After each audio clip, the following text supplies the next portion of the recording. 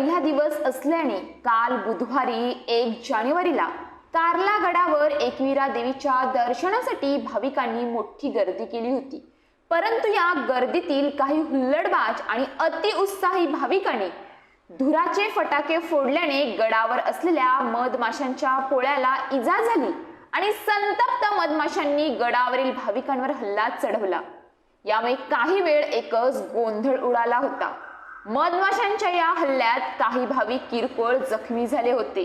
प्राप्त माहितीनुसार बुधवारी कार्ला गडावर एकविरा देवीच्या दर्शनासाठी अनेक भाविक दाखल झाले होते। मोठ्या संख्येने भाविक गडावर उपस्थित होते। यात काही भाविक हे पालख्या घेऊन गडावर आले होते। यातील काही भाविकांनी वाद्यांच्या जोरजोरात आवाज करीत रंगीत धुराचे फटाके फोडले। यातून पसरलेल्या धुरामुळे मधमाशांच्या पोळ्याला धक्का बसला आणि मधमाशा संतप्त झाल्या। संतप्त मधमाशांनी भाविकांवर हल्ला चढवला।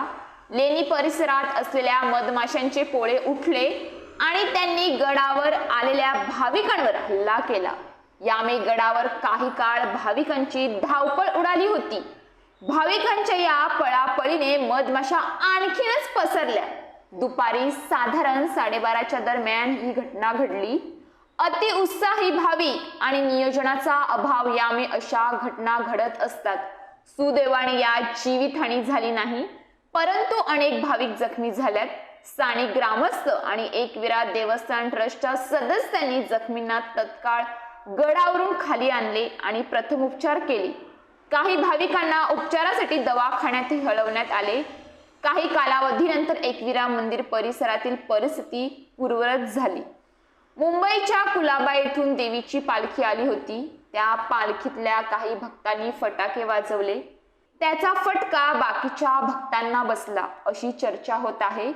परंतु या घटनेनंतर गडावर फटाके वाजवण्यावर बंदी असतानाही काही भाविक याकडे दुर्लक्ष करतात व फटाके फोडतात। यामुळे यापुढे एकविरा गडावर फटाका बंदी कायम असावी अशी मागणी स्थानिकांनी केली आहे।